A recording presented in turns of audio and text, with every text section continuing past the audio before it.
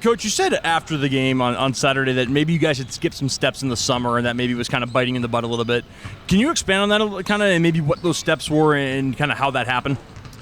When you kind of look at our losses these last few weeks, a lot of it's come down to, us not having the competitive edge for 40 minutes. There's been some times where we haven't looked connected as a team offensively and haven't played kind of the unselfish style of play that we've wanted to play.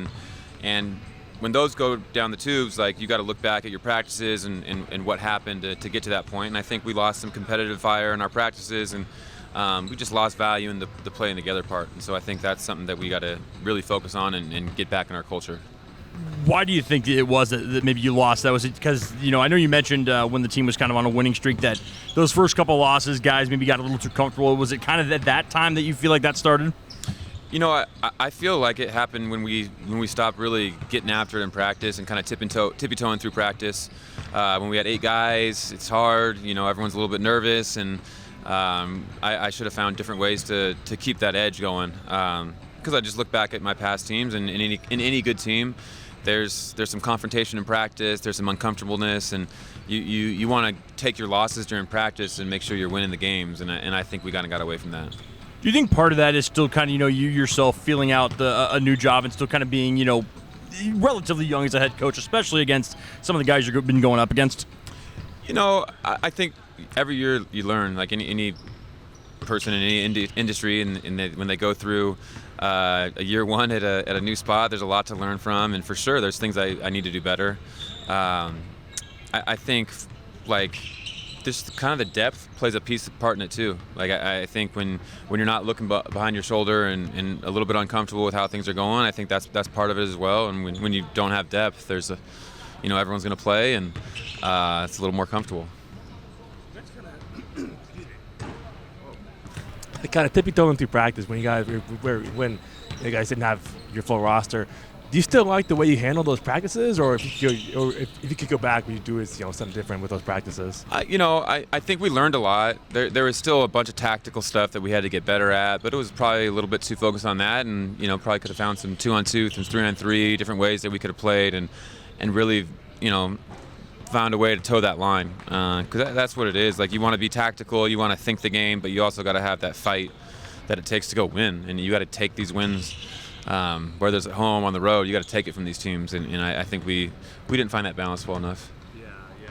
I'm curious about Reed. What's his kind of role in the team right now? I know he just played, I think, a minute or two against Zaga. Do you still want to get him out there for more minutes, or kind of how do you kind of incorporate him more into the offense? For sure. I mean, he's a great player, and looking back at this season for him, he's had some tough luck. Like, he started off the whole fall, couldn't practice because of his wrist, and then got back for like a week. Broke something in his hand, and then got back for another week. And so, like, just hasn't lifted, hasn't played, hasn't really done much for almost a year at this point. And he's doing a hell of a job jumping in without any rhythm, and had some spurts where things have gone well. And I thought last game he built some rhythm. Hit some shots, looked a little more comfortable. He's starting to play more 3-on-3 and 4-on-4 outside of practice, getting some workouts in, and I just think this last couple of weeks you should see a different version of him that's a little more comfortable out there. Have you got any more clarity on Cedric's future and whether he'll be able to come back or not? Yeah, right now just focusing on getting healthy. Once he gets cleared for that, and I'm sure there'll be NBA teams reaching out and go kind of see where he falls in the draft order, and then just kind of go from there. You guys come up on your last, at minimum 3 games left. Is there a sense of kind of finality of the season kind of setting in, or what's kind of the vibe around the team as you guys get ready for this final stretch here?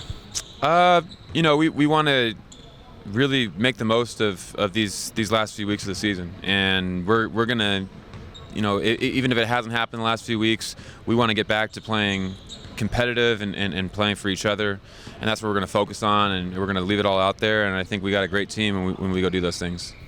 And then last thing for me, I know Ethan was your first recruit at Eastern, but also Dane, getting honored on Thursday. What do you remember just about him getting to Eastern, and as you wrap up your career with him, what's that meant to you, just being able to coach him?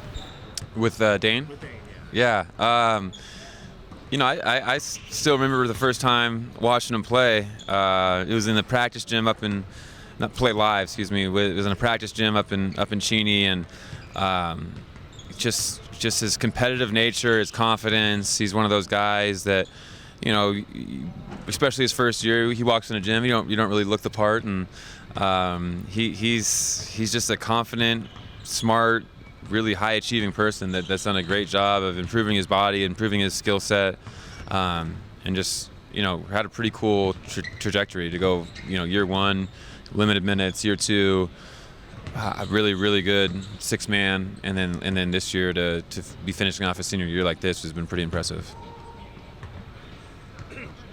Ethan and Dane, the only two that are being honored on Thursday, or Cedric as well? I don't know. Yeah, I need to find that out. I think Cedric is. I think Cedric's on there. I think we have a couple managers on there. Oh, I'm sorry. I should have specified for players. Yeah, I think Cedric's on there. Okay. I think that's the plan. Is there any part of this season that maybe kind of reminds you of your first season at Eastern, where there's some of those marquee wins, including one on this floor, then there's some of those losses where you kind of look back and say, okay, maybe should have had that one, and then ultimately, you build that to win 20-some games. Speaking of Cedric, he's going to join us here. But do you is there something maybe you can kind of take from that first season of the Eastern that helped you guys win 20 games the next 2 years that you maybe think can be applied to this situation? Yeah, we were just talking about that, me and Pedro, as we were walking over here. There's a lot of different things that you got to put in year one, and a lot of lessons you got to learn. And I think you guys have seen us playing great basketball at times, and us playing pretty sloppy hoops. And I just think that as you get more time with these guys, as you get more comfortability, that becomes more consistent, and that's the plan. How much, when you kind of look at that too, you compare those seasons, and you kind of look at now when you look at the NIL side of things and how much more that is kind of taking prominence. Where in your eyes is the status of the NIL fundraising and kind of what you need to be able to compete in every offseason, much less the actual season itself? It's kind of the key to recruiting at this point, right? And recruiting is the lifeblood of any program, and obviously we need to find ways to fundraise and engage Cougar Nation, and I think that's something that our administration has done a great job of, and we've all tried to do our part and help with, but the community here has done a really good job, and we just need to make sure we're competitive.